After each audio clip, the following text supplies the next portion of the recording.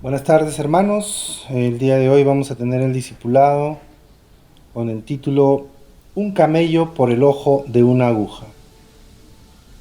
Vamos a leer el Evangelio de Mateo en el capítulo 19, los versículos del 23 al 26. Entonces Jesús dijo a sus discípulos: De cierto os digo que difícilmente entrará un rico en el reino de los cielos. Otra vez os digo que es más fácil pasar un camello por el ojo de una aguja que entrar un rico en el reino de Dios. Sus discípulos, oyendo esto, se asombraron en gran manera, diciendo: ¿Quién pues podrá ser salvo? Y mirándolos Jesús les dijo: Para los hombres esto es imposible, mas para Dios todo es posible. ¿Cómo debemos interpretar estas palabras de Jesús?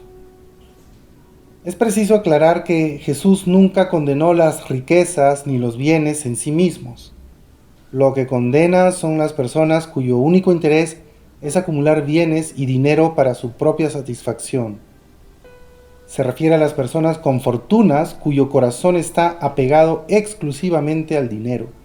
Los ricos también pueden salvarse, obviamente, siempre y cuando hagan un buen uso de sus fortunas. Pero volviendo a la frase en cuestión, ¿se estaba refiriendo Jesús a un verdadero camello y una verdadera aguja? ¿O esas palabras fueron usadas para describir algo más?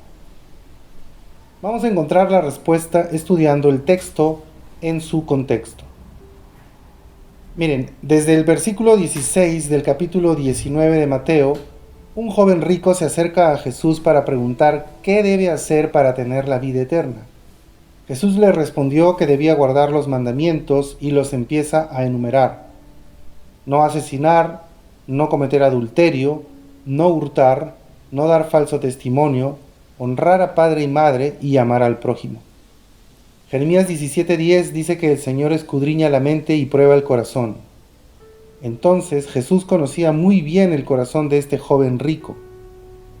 Ahora debemos recordar el momento en que Jesús citó los mandamientos. Por una razón, Él dejó uno sin nombrar, y ese es el 10º mandamiento, el cual dice no codiciar. En Marcos 10 se encuentra el mismo relato y en el versículo 21 se lee que Jesús, mirándole, le amó y le dijo: una cosa te falta. Pues bien, hay dos interpretaciones muy diferentes acerca de este pasaje.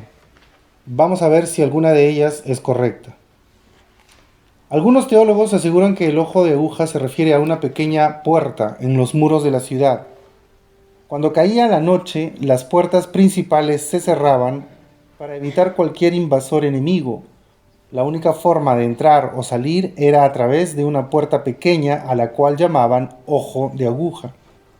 Si un mercader llegaba muy avanzada la noche y deseaba ingresar para estar protegido dentro de los muros de la ciudad, estaba obligado a quitar todas las cargas de su camello y así el animal debía atravesar la puerta prácticamente de rodillas. Esta idea del camello despojándose de su carga hacía una referencia con la del joven rico teniendo que vender todas sus posesiones y así poder ingresar al reino de rodillas en señal de humillación.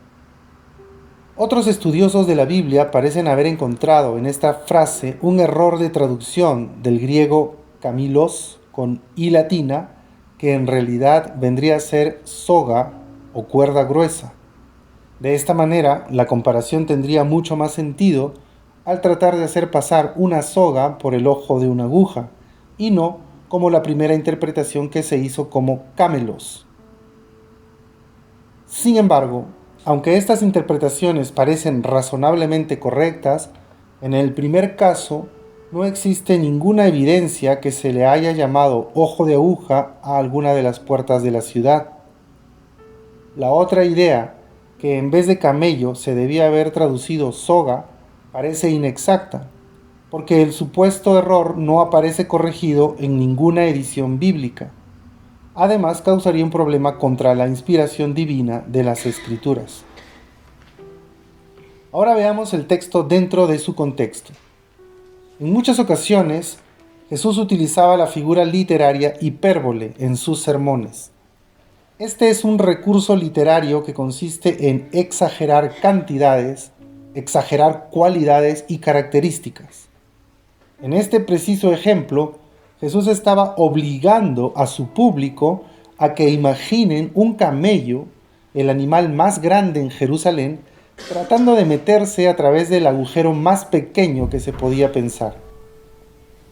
Para comprender el impacto de esta metáfora, solo debemos verificar la reacción de los discípulos en Mateo 19, versículo 25, donde se lee que ellos se asombraron en gran manera.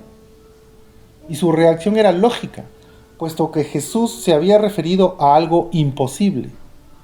Los discípulos no se hubieran asombrado tanto si Jesús se hubiera referido a quitar la carga de un camello y obligarlo a arrastrarse a través de una puerta, ni tampoco se hubieran asombrado si Jesús se refería a pasar una soga a través del ojo de una aguja. Tal vez sería difícil y muy tedioso, pero alguien pudiera desenhebrar la soga y pasarla por la aguja hilo por hilo. Cualquiera de estas dos cosas, aunque trabajosas, caben dentro de lo posible para cualquier hombre usando sus propias fuerzas o habilidades. Pero nadie puede literalmente hacer pasar a un camello a través del ojo de una aguja. Es por esto que los discípulos preguntaron: ¿quién pues podrá ser salvo? Los seres humanos tenemos un serio problema, hermanos. Nos cuesta demasiado admitir que somos débiles. Es por esto que buscamos explicaciones alternativas e ingeniosas a cada cosa que no entendemos. Particularmente en esta hipérbole en la frase de Jesús, tratamos de buscar algo que sea posible a nuestro propio parecer, ya sea una puerta muy pequeña en lugar del ojo de una aguja, o una soga en vez de un camello. Pero al hacer eso, perdemos el enfoque de todo lo que Jesús nos quiere enseñar. El punto es que nosotros no lo podemos lograr por nuestras propias fuerzas.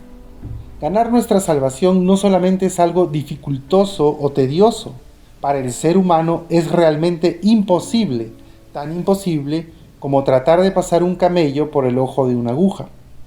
Entonces, la respuesta a nuestra pregunta del principio es que sí, Jesús se estaba refiriendo a un verdadero camello y a una verdadera aguja. Con esto en mente también se entiende mejor el asombro de los discípulos diciendo: si alcanzar la salvación es tan imposible como intentar pasar un camello por el ojo de una aguja, entonces ¿quién puede ser salvo? Y a esto Jesús responde: para los hombres esto es imposible, mas para Dios todo es posible. Hermanos, nuestra salvación solo se logra por el poderoso milagro de Dios, a través de la fe en la obra completa de nuestro Señor Jesucristo. Y eso es lo que aprendemos cuando entendemos el texto en su contexto. Amén.